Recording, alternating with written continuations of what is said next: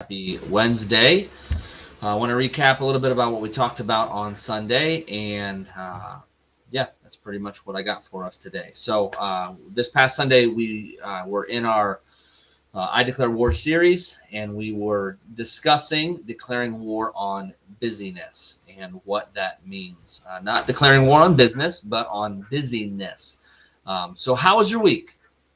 I hope that when you are asked that question, you will, at least for the near future, but maybe permanently, when someone asks you how your week is going or how your week was, you'll think about where God's priorities should lie in our lives. And instead of celebrating and triumphantly stating, it's been so busy, we will think about what we're saying and realize that's not something to be proud of is how busy we are. It's not something we should celebrate how busy we are, but we should be interested in how much time are we spending in our relationship with God. Are we allowing ourselves to grow too busy to engage with what is most important with our lives, in our lives, like our relationship with God, our relationship with our families, with our neighbors, with the unbelieving world. These are the things that we should be creating space, or at least leveraging the things we are doing in order to reach people around us, and to engage in our relationship with God.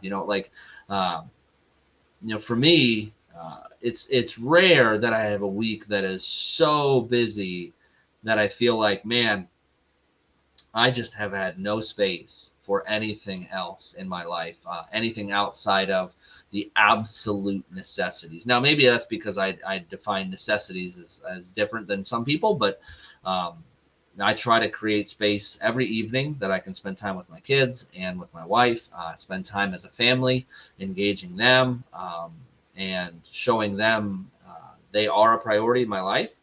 Every week, I take a Sabbath day.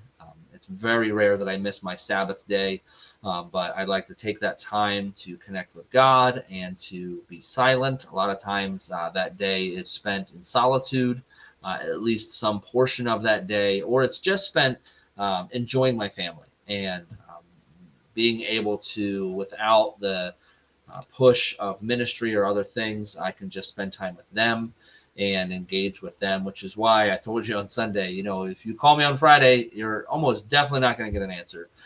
Or if you text me on Friday, I know some people would say, well, it only takes a second to text back, but um, that's not understanding the true idea of a Sabbath, of a rest day. It is to completely remove myself from my normal routine, my normal rhythms, and to engage in what is most important on those days, which is rest. And that's with or without family. That's what I aim to do on those days. And I would encourage you to do the same. Again, nobody is busier, is too busy to make this a part of their life. Nobody is too important, more important than Jesus, certainly. And he made it a regular practice, a regular discipline of his to go to remote places, to be alone, to be with his disciples, and to just be quiet before the Lord and to hear God's voice, resting with people who understood him, who understood the weight on his shoulders, at least to a degree. And that's why, I said one of my regular disciplines is going away with a pastor friend of mine, and we get away. We spend time just talking about life, ministry, whatever, and we spend time with God. Spend a lot of time, I'll catch up on some books maybe I'm trying to catch up on, and really just enjoy the solitude, enjoy the conversation we have, because he's a lead pastor himself, and so we get each other. We understand the struggles of our even our ministry positions, and it's a great time of recharging and of spending time with the Lord, spending time with each other, and it's really good. Jackie and I, my wife and I, we try to take our vacation time very seriously as well, and try to do things where we're connecting with family, where we're doing something with our kids, and we're taking that time to rest. I know a lot of those vacations, especially when we have the kids with us, we come back a little more tired than we left. But physically tired is different from emotionally and mentally tired, and so it's a good kind of tired. We might need a day or two to recoup physically and get some extra sleep, but emotionally and mentally we're good. Like we're we're recharged. Those batteries are recharged, and you should know how to recharge those batteries as well. That's a lot of what we're talking about on Sunday is that pull of our culture to be so busy that we feel like we don't have the space to take care of ourselves, to engage in our relationship with God, and that's a priority thing. And we set our priorities. There is no instance in which we have no choice over our priorities, even our own jobs. If you're in a job where you feel like there is absolutely zero way that I could ever work where I work and engage my family the way I want to and engage my relationship with God the way I want to, then that's pretty clear to me. It's time for a new job. And that might seem like an overwhelming task to you. It might seem like that's not possible. But again, it's all about a list of priorities. And if your relationship with God and your family comes first, then you'll figure the whole job situation. You'll do something in order to make that work.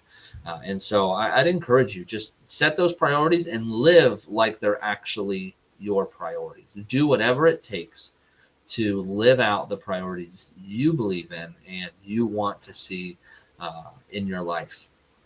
What we kind of finished with on Sunday is the last kind of point we talked about is how many of us have grown too busy for community. And that's one we're definitely going to be coming back to, because I'm a firm believer. God has had it heavy on my heart how poorly we do community.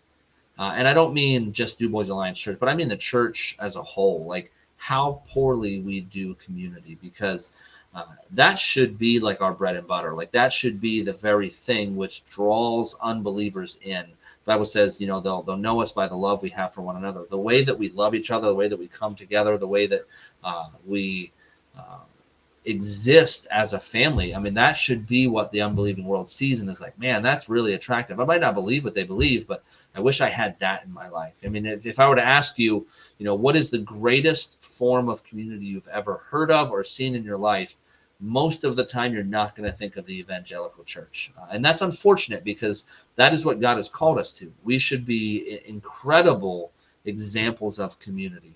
I think of the old story, if you've heard it, of the guy who goes to the bar, and when he walks into the bar, no one judges him. He's welcomed. He has a place at the table. He can sit down. He spills his beer, and everybody's helping him clean it up. No one's yelling at him or mocking him or that. But the whole thing is about how he goes in there, and in a place like a bar, he finds community, finds a place where he is loved, where he is valued, where he is welcomed. And unfortunately, the church can learn a lot from a place like that, where we welcome people in, we love them, and we engage them. And so, it's should be a priority of us to be a community, to be a family. I mean, it's part of our mission statement is to be a family where everyone can know, experience, and be encouraged or be empowered to ignite the love of Christ in their life. I mean, that family part we should never take lightly, because it is a integral and absolutely vital part of our life. If we're not going to have community, then what are we? Because church is community. And so I'd encourage you to pray about that. In your time with the Lord, really evaluate and ask God, what does he want from you in that place of community? Have you opened your home enough? Have you engaged the other people that are part of our family enough? Do you feel like you are close and that these are, the most life-giving relationships you have?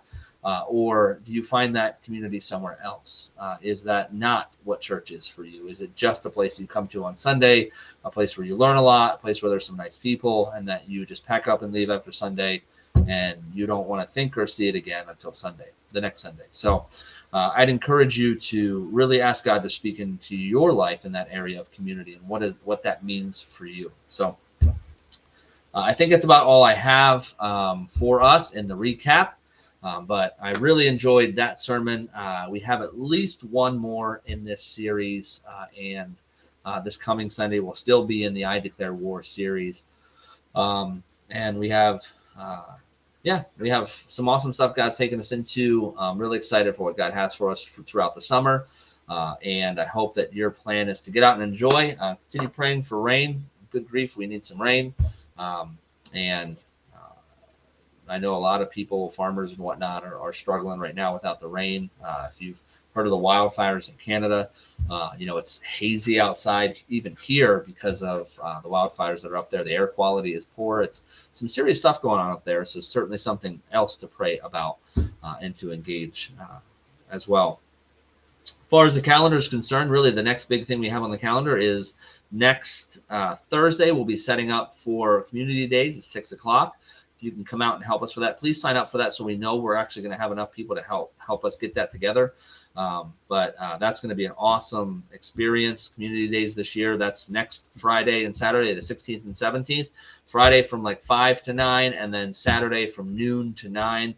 If you can come out and help us, please sign up. You can sign up through the app. You can do it online, or you can sign up in the foyer.